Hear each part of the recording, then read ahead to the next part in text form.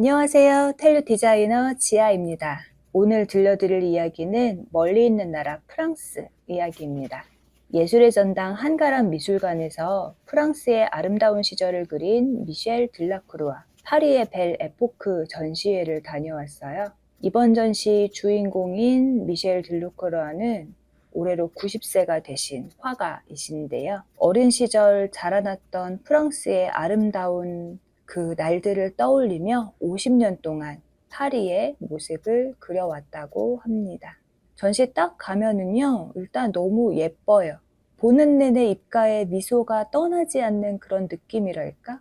어린 시절에 우리가 행복한 동화를 보면 아이들이 뛰어다니고 동네 사람들이 따뜻하게 인사하고 예쁜 건물들과 평화로운 분위기, 딱 연상되는 그 파리의 동네 이미지가 누구에게나 있을 것 같은데 그 이미지를 떠올리게 하는 그런 그림들이었어요.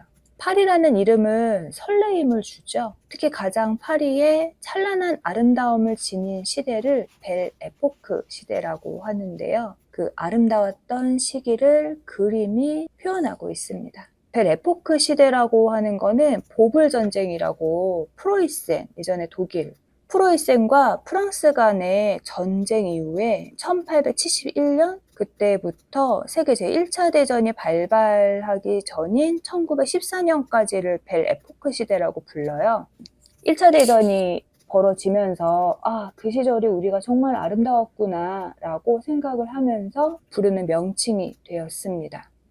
전쟁이 없었던 40년 동안 화려하게 꽃피웠던 과학기술, 그리고 그 안에 탄생한 예술. 우리가 요즘 흔히 알고 있는 인상파 화가 클로드 모네, 에드와르드 마네, 아니면 폴 세잔, 고흐, 고갱, 피카소, 베르트 모리즈, 르누아르 등등 굉장히 많은 화가들이 이때 예술활동을 펼치고 서로가 서로와 교류하면서 인상주의가 대두되는데요.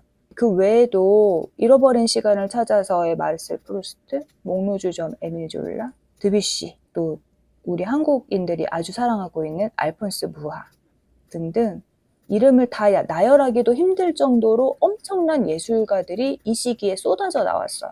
저는 너무 재밌는 게 이렇게 따로따로 배웠단 말이죠. 교과서에 고흐 이름이 나오거나 모네, 마네, 고갱 이런 이름들이 쭉 나열이 됐을 때 그 사람들을 서로 다른 시대의 사람들이라고 저는 생각을 했었는데 막상 이 벨 에포크 시대에 대한 이야기를 좀 읽어보면 그들이 서로 친구였고 이웃이었고 서로 이야기를 주고받고 했던 것들이 너무 재밌는 거예요. 특히 그 벨 에포크 시대에는 살롱 문화라고 해가지고 귀부인이 자신의 역량으로 지인들, 예술가들을 초청을 해서 문학이면 문학, 아니면 미술이면 미술 이런 식으로 서로 주제를 가지고 모임을 가지는 살롱 문화가 또 굉장히 활발하던 시대였는데 이때 음악가들, 미술가들, 소설가들이 서로 교류하면서 자신들의 예술 활동을 했다는 게 너무 그게 인상적이었어요. 그래서 이 벨 에포크 시대를 사람들이 더 사랑하는 이유이기도 하고 그래서 오늘 봤던 이 전시가 미셸 들라크루와 벨 에포크, 파리의 벨 에포크 이런 이름이었는데 제가 알고 있는 벨 에포크 시대랑 약간 다른 거예요. 그래서 집에 와서 찾아봤어요. 1871년부터 1914년까지를 벨 에포크라 부른다 라고 되어 있는데 화가님께서 1933년에 태어나셨거든요. 시대가 좀 안 맞는데 이름을 왜 벨 에포크라고 지었을까? 그거에 대해 생각을 해보니까 검정고무신이라는 만화 아세요? 검정고무신 되게 재밌잖아요. 그 기영이도 나오고 머리 삐죽삐죽하게 생긴 그 기영이가 살았던 그 시대가 50년대인지 60년대인지 70년대인지 사실 잘 모르거든요. 단순히 그냥 옛날에 한국전쟁 끝나고 어렵게 살던 시기, 이웃들 간의 정은 있었던 그런 시기라고 딱 떠올린단 말이에요. 그런 것처럼 에포크 시대라고 하는 이름을 이 전시에 붙인 이유가 정말 과거에 그 아련했던 그 추억에 뭉뚱그려서 정확히 따지자면 한국전쟁 이후에 50년대, 60년대, 70년대 다 다른 시대지만 이거 우리가 뭉뚱그려서 그땐 참 좋았지. 그때 정말 우리가 이렇게 정이 넘쳤었지 하는 생각을 하잖아요. 그런 것처럼 시대를 이렇게 뭉뚱그려서 벨 에포크라고 표현을 하지 않았나 생각을 하고 있습니다. 전시에 대한 정보를 좀 찾아보고 가거든요.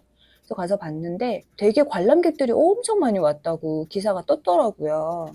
겨울에 사람들이 너무 많이 몰려서 시간제로 나누기로 했는지 딱 방문을 하면 시간대를 30분 단위로 나눠서 입장객을 봤는데 왜 이렇게 사람들이 이 파리의 벨 에포크 전시회를 너무 좋아하는지, 갔다 와서 너무 좋았다, 따뜻했다, 그림이 되게 행복해 보였다, 이런 얘기들을 남겼던 이유를 생각을 해봐야 될 것 같아요. 저 같은 경우는 디자인을 하고 고객들과 상담을 하거나 결과물을 만들어내는 데 있어서 타겟층을 정하잖아요. 로고를 만들면 이 로고가 누구한테 쓰여질 것인지, 어떤 사람들이 이걸 사용할 것인지, 그런 것들의 생각을 할 때 이런 전시회를 보면서 이 전시회는 왜 사람들한테 인기가 좋았을까? 어떤 이유에서 많이 찾았을까? 어떤 점이 감동 포인트였을까? 이런 것들을 생각을 해봐야 된다는 거죠. 그래서 왜 이 전시가 이렇게 인기가 있었을까 생각을 해보니까 우리에게는 만들어진 이미지가 있는 것 같아요. 무슨 얘기냐면 예를 들어서 제가 어릴 때 한 진짜 아장아장 걷던 시절에 길을 잃어버린 적이 있었대요. 물론 저는 기억이 안 나죠. 한 3살 정도 때 얘기인 것 같으니까 그때 어렴풋이 기억이 나는 게 제가 되게 애기인 거예요. 아기인데 그 아기의 모습을 내가 3인칭 관점에서 보고 있어. 내가 1인칭, 내가 아기의 입장이 돼서 걸어가는 게 아니라 다른 사람이 돼서 아기, 즉 저죠.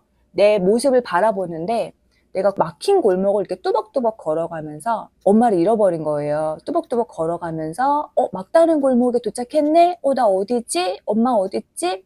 골목이 막혔으니까 돌아서 나가야지 하고 돌아서 딱 나가는 순간 젊은 시절의 엄마가 2팔을 벌리면서 여기 있어. 엄마 잃어버려서 무서웠지? 하면서 저를 꼭 안아주는 그런 장면이 떠오르거든요. 근데 그 장면이 제 기억이 아니라 만들어진 기억일 수도 있겠다는 생각을 하곤 해요. 왜냐면 제가 1인칭 관점에서 아이의 입장에서 밖을 바라보는 게 아니라 제가 제3자가 돼서 나의 모습을 내려다보고 있었거든요. 그러니까 어릴 때부터 엄마가 너를 잃어버릴 뻔한 적이 있었다라고 하는 얘기를 굉장히 많이 들었어요. 바로 그때 내 기억엔 남아있지 않지만 그때 내가 만들어낸 일종의 가짜 기억이라는 거죠. 미디어가 계속 이미지를 우리한테 보내주잖아요. 특히 프랑스 하면은 떠오르는 것들이 있죠. 에펠탑, 영화, 음악, 사랑, 낭만 이런 이미지들이 있는데 영화를 통해서 우리가 바라봤던 프랑스의 아름다운 시절, 레포크라고 하는 그 시절 자체가 너무 진짜 아름다워요. 프랑스에 살아본 적도 없고 1900년대를 우리는 태어나지도 않았는데 그 미셸 들라크루아의 아름다운 파리 그림을 보면 마음이 몽글몽글해지면서 저때 되게 행복했다. 사람들이 너무 행복해 보인다. 나도 저런 시절이 있었는데 라는 그런 시대를 추억하게 만든다는 거예요. 과거에 대한 동경, 향수병을 노스텔지어라고 부르죠. 분명 나는 그 시대를 살아본 적이 없어. 근데 그 시대를 우리는 왜 그리워하는 걸까? 그림을 보면서 뭔가 이렇게 마음이 몽글몽글 벅차오르는 기분을 느끼는 이유가 있을 건데 이런 전시를 볼 때 우리는 그 이유를 생각해야 돼요. 그 이유가 중요하죠. 프랑스의 벨 에포크를 보면서 나는 노스텔지어를 느끼는 걸까? 프랑스인들이 가장 사랑한 시대라고 불리는 벨 에포크, 우리는 그 시대에 살아본 적도 없고 가본 적도 없어요. 근데 너무 익숙해요. 영화 타이타닉, 그 시대를 배경으로 해요. 그 당시에 이제 유럽 대륙에서 미국으로 건너가는 거대한 그 안에 들어있는 귀족층과 서민층의 구분, 그 안에서 입고 있는 의상이라든가 음악 이런 것들이 그 타이타닉 속에 등장하는 그런 멋진 이미지들과 어우러져서 우리들의 마음속에 뭔가 되게 아름다웠던 시절, 그러면서도 슬픈 결말. 왜냐면은 벨 에포크 시대가 전쟁이 일어남으로써 끝나버리니까 이전에 더 찬란했던 기억이 남는 그런 시대인 거거든요. 타이타닉 속에서 보이는 그런 아름다움, 사랑, 멋짐, 음악, 그 안에서 있었던 계층 간의 갈등 이런 것들이 있다가 그 배가 침몰함으로 인해서 모든 것이 무너져 내리죠. 전쟁으로 인해서 모든 세상이 무너졌던 그 시기를 운유적으로 표현을 하고 있다고 생각을 할 수 있는데, 아니면 우디 앨런의 영화의 미드나잇 인 파리, 그 남자 주인공이 파리를 걷다가 우연치 않게 벨 에포크 시대에 있던 예술가들을 만나게 돼요. 그러면서 피카소도 만나고 해밍웨이도 만나면서 벌어지는 일들, 아니면은 키이라 나이틀리의 콜레트라는 영화, 화려한 뮤지컬 무대를 배경으로 했던 물랑루즈, 그 수많은 영화들이 그 아름다운 시대를 스크린에 담아왔거든요.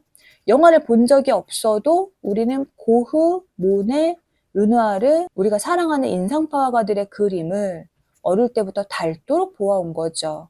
이미 우리는 프랑스 문화 속에 살아왔어요. 프랑스에 살아본 적이 없어도 그 시대를 나타내는 모티브들을 우리가 당시 영화를 보면서 음악을 들으면서 들어왔던 거죠. 그러면은 그 영화를 볼 때의 내 모습이 있고 내 감정이 있잖아요.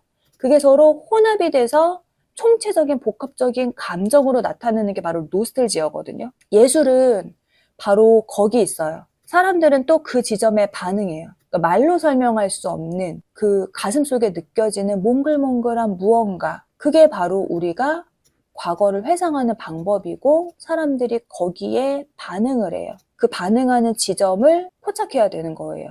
그러니까 이런 전시회를 보면서 단순히 전시가 너무 좋았다, 뭔가 따뜻했어, 이런 느낌으로 끝내는 게 아니라 구체적으로 이 전시가 어디가 왜 어떻게 사람들의 마음속에 뭔가를 후벼 팠는지 포인트를 보시고 내가 다음에 무슨 일을 할 때는 이런 거를 이렇게 적용하면 좋겠다라는 거를 생각을 해둬야 된다는 거죠. 그런 것들이 쌓이고 모여서 여러분들의 기획력, 창의력이 될 거예요. 특히 이 전시회의 가장 포인트는 뭐냐면 미셸 들라크루아의 어린 시절, 지금은 90세이신 할아버지이시지만 어린 시절의 모습을 그림 속에 숨겨놨어요. 강아지 퀸이라고 하는 친구와 어린 시절의 화가의 모습, 그림 속에 항상 등장해요. 그러니까 그림을 훅 보고 지나가는 게 아니라 그 속에 숨어있는 강아지 그리고 소년의 아름다웠던 모습을 찾아보는 재미가 있는 거죠. 행복하게 떠올릴 수 있는 추억거리를 같이 나눠보는 거예요. 정말 히트를 쳤던 게 스텔라장, 아름다운 노래와 어우러지는 행사까지 같이 기획이 됐죠. 이 전시를 보면서 벨 에포크 시대가 무엇인지, 왜 우리는 이 전시를 보고 마음이 따뜻해져 오는지, 사람들은 이 전시를 보고 어떤 감정을 느꼈는지를 구체적으로 파고들어서 한번 생각을 해보세요. 전시를 볼 때 우리에게 필요한 것은 눈앞에 보여지는 이미지만이 아니라 그 속에 들어있는 사람들의 마음일 거예요. 그 지점을 잘 생각해 보면 좋겠습니다. 자, 오늘 영상은 여기서 마치도록 하겠습니다.